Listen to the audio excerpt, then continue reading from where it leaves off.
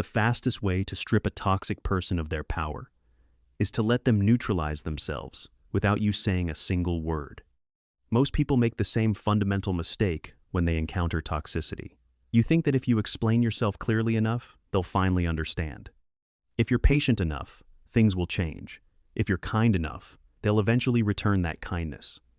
That is a mistake, and that is exactly how they reel you in and keep you there. Carl Jung once said, "People will do anything, no matter how absurd, in order to avoid facing their own soul." Because what they are actually feeding on isn't logic, it's your reaction.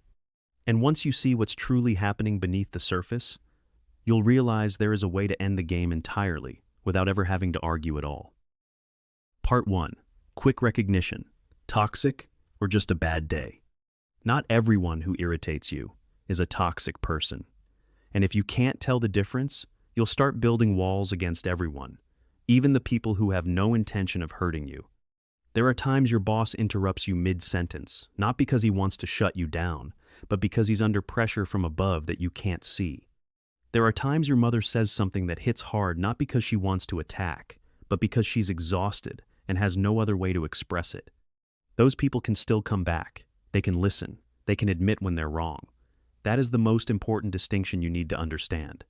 But then, there are the others. You try to explain yourself in a meeting, they twist your words. You stay silent during a family conversation, they attack you anyway. You state your point clearly, they don't listen to the content. They only look for a way to strike back. Not once, not just for a day, but over and over again, following the same script, leading to the same result. And it's that repetition that drains you. It's not any single argument, it's the feeling that you can never get out. That no matter what you say, what you do, or how you do it, the outcome is always the same. These are the toxic people, and their only goal is to control your emotions. Part 2.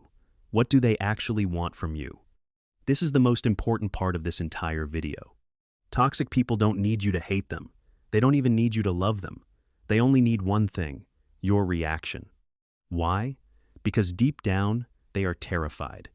Not the kind of fear you feel in the dark, but a quieter, deeper terror. The fear of being irrelevant, the fear of being invisible, the fear of mattering to no one. And the only way they know how to prove they matter is by controlling the emotions of others. If they can ruin your entire afternoon with a single comment, they feel powerful. If you get angry, if you get sad, or if you start defending yourself, that is their proof of existence. Your reaction is not a byproduct of the conversation. Your reaction is the entire point of the conversation. Once you understand that, everything changes. Here are 5 ways to make toxic people neutralize themselves. 1. Become unreadable. Think about a world-class poker player. They don't flinch when they have a bad hand. They don't glow when they're holding the best cards at the table.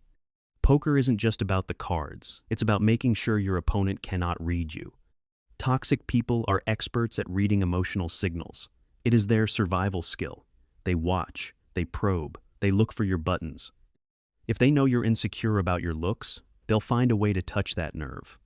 If they know you fear abandonment, they'll weaponize the silent treatment. If they know you crave validation, they'll dangle it just far enough away so you're always reaching, but never touching. Your best defense is this: give them nothing to read. In psychology, there's a technique called gray rocking. The idea is simple. You become as boring, as flat, and as unremarkable as a plain gray rock. Not because you've lost, but because you are cutting off their fuel. Let's look at a real-world example. In a team meeting, a colleague, let's call him Mike, suddenly says in front of everyone, "Well, this proposal sounds nice, but I wonder who actually understands the market and who's just copying ideas from someone else." He is baiting you. He wants you to flush red, get defensive, or snap back in anger. The untrained response: "What do you mean by that? I've been researching this for weeks." And just like that, you gave him exactly what he wanted. Now, the whole room is watching you struggle to defend yourself. The trained response: you look at Mike. You pause for 3 seconds. Then, you say calmly, with almost zero emotion, "Thank you for sharing that." And you turn right back to your presentation. That's it. He pushed. You didn't push back. You simply stepped aside and let him stumble into the silence he created himself. 2.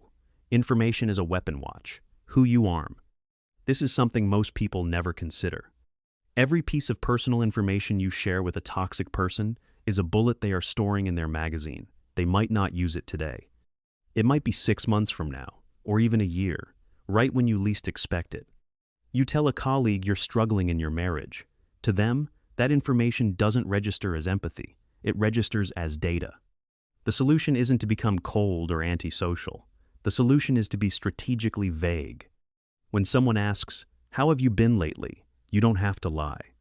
You just say, "Keeping busy. There's a lot going on, but I'm working through it. How about you?" You've said something. You've remained polite, but you've revealed absolutely nothing.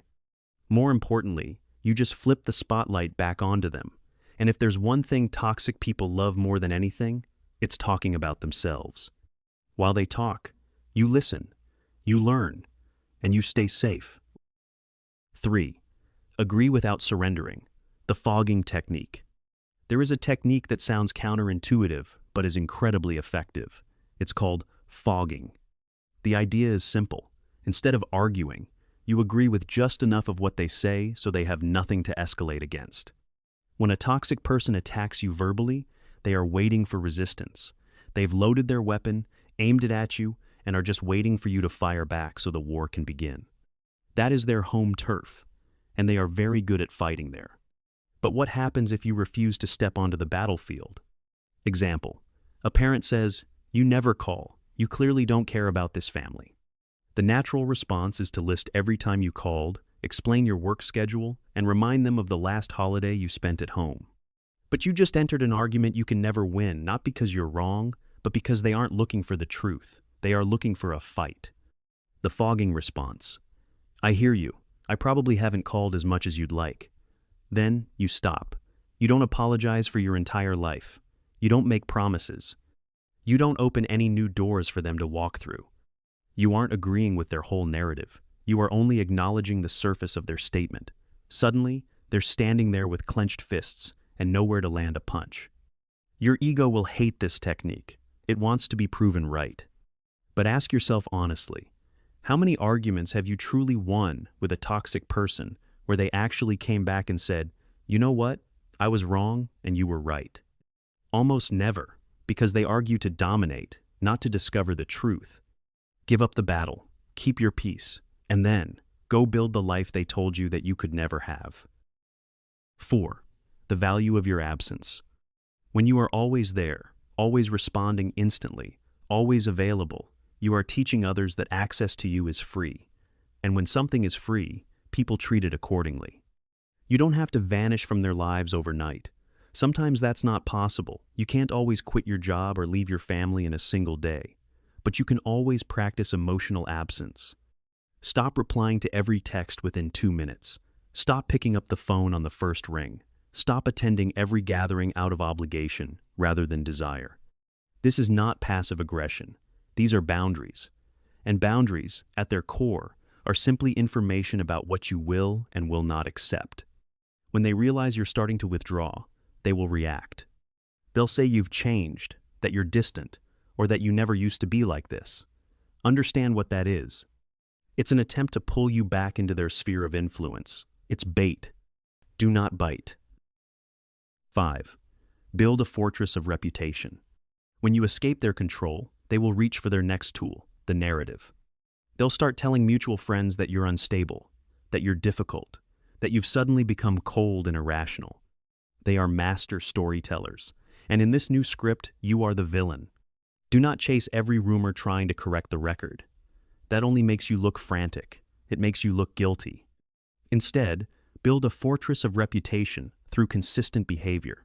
Just be yourself, calm, professional, and kind in every single interaction with everyone around you. Let people compare what they hear to what they actually experience when they are standing right in front of you. If someone hears that you're unstable and toxic, but every direct encounter they have with you is polite, warm, and reliable, they won't question you. They'll start questioning the source. Consistent behavior is the most powerful argument you can ever make, without saying a single word. My friends, the ultimate goal of DeepShift isn't to help you win an argument. The goal is to help you reach a point where you no longer care about the argument at all. Don't try to win a wrestling match with a pig in the mud. You'll both get dirty, but the pig actually likes it. Just get up, wash yourself off, and go build the life they told you that you could never have. Those are the 5 ways we recommend to neutralize toxic people without ever having to argue with them. But what about you? If you have an even better strategy, share it in the comments below. Let's start a conversation. I'll see you in the next video, where we'll dive deeper into restructuring your mindset after emotional trauma. Don't forget to subscribe so you never miss our deep dive behavioral analyses.